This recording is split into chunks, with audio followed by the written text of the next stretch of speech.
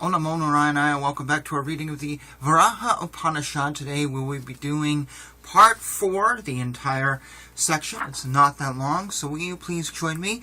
And hopefully you won't get distracted like I am by my hair sticking up today.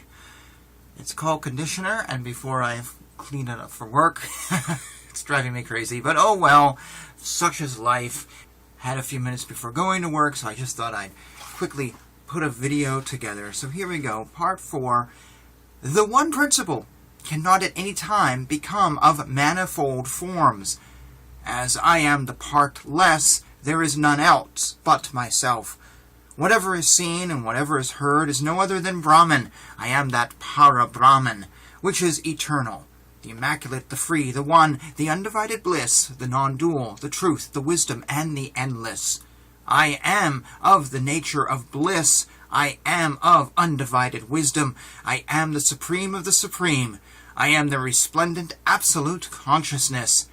As the clouds do not touch the akasa, so the miseries attendant on mundane existence do not affect me. Know all to be happiness through the annihilation of sorrow, and all to be of the nature of sat through the annihilation of asat. It is only the nature of consciousness that is associated with this visible universe.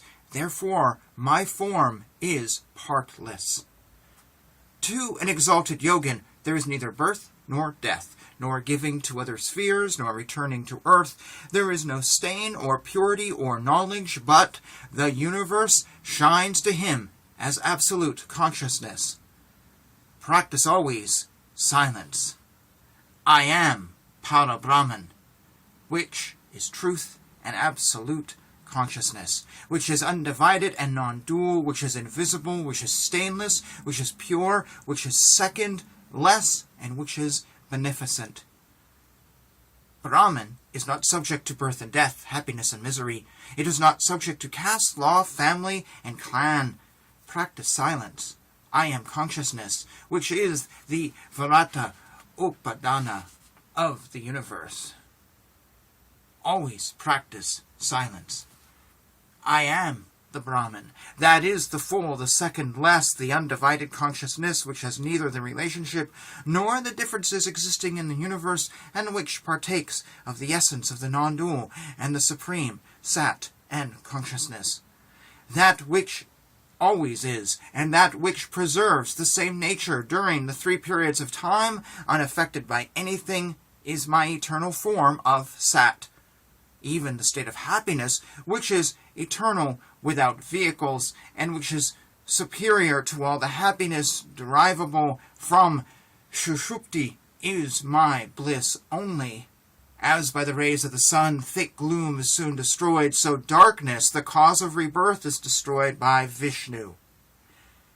Through the contemplation and worship of my Vishnu's feet, every person is delivered from his ignorance. The means of destroying deaths and births is only through the contemplation of my feet.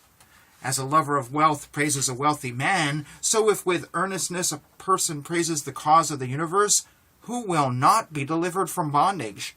As in the presence of the sun, the world of its own accord begins to perform its actions, so in my presence all the worlds are animated to action. As to the mother of pearl, the illusory conception of silver is falsely attributed, so to me is falsely attributed through Maya this universe which is composed of Mahat, etc. I am not with those differences that are observable in the body of low-caste men, the body of a cow, etc., the fixed ones, the bodies of brahmanas and others. As to a person, even after being relieved from the misconception of the directions, the same misconception of direction continues as before. Just so is to me the universe, though destroyed by Vijnana. Therefore the universe is not.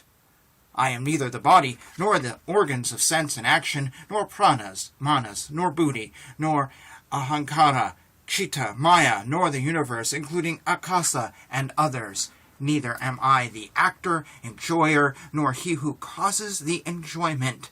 I am Brahman. That is consciousness, Sat and Ananda alone. That is Vishnu, As through the fluctuation of water the sun reflected therein is moved, so Atman arises in this mundane existence through its mere connection with Ahankara. This mundane existence has Chitta as its root. This Chitta should be cleansed by repeated effort. How is it you have your confidence in the greatness of Chitta? Alas, where is all the wealth of the kings? Where are the Brahmanas? Where are the worlds? All old ones are gone. Many flesh evolutions have occurred. Many crores of Brahmins have passed away. Many kings have flitted away like particles of dust. Even to Ajani, the love of the body may arise through demonical nature.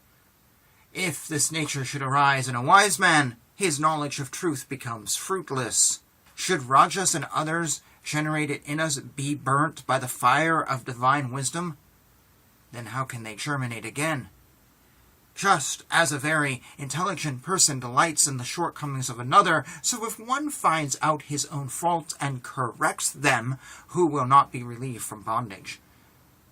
Only he who has not Atmajnana and who is not an emancipated person longs after cities. He attains such cities through medicine, or wealth, or mantras, religious works, time and skill.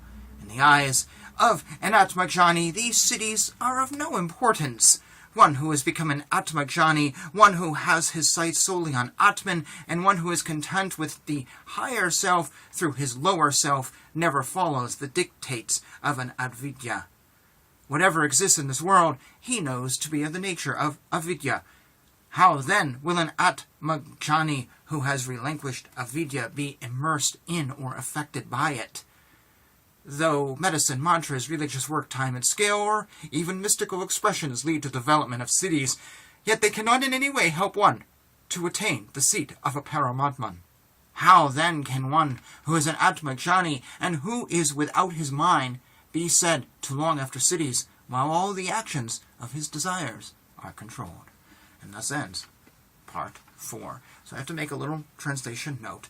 In an earlier video, I translated a word as consciousness. The word is chit. And to keep things uniform, I have continued to make that translation. So whenever you hear me say the word consciousness, I'm actually saying chit. And I forget why I made that choice and not just saying chit, because so often I use the Sanskrit, but in particular point in an old video, there was a reason I did that. I forget why. It was for clarity, I believe. So at one point I read, today, I am the Brahman that is consciousness Sat Ananda. Well, you know that phrase, because it's actually Chit Sat Ananda. It may have sounded weird when I read it, but what is actually here, you're quite familiar with, but I kind of want uniformity sometimes, and so when I do something like that, I got to keep it up.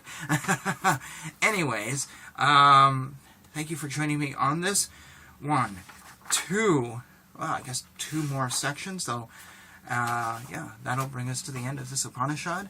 So thank you for joining me on this journey, as always, and I really do sincerely mean that. I know I say it in every video, but really, really I do.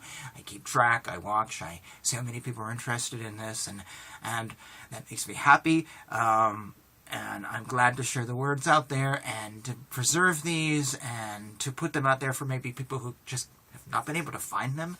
It took me months to hunt down all 108, to be honest with you. So, yeah, no, sincerely, thank you for being a part of this, even if it's a hokey little thing. At least it's real. I'm not AI.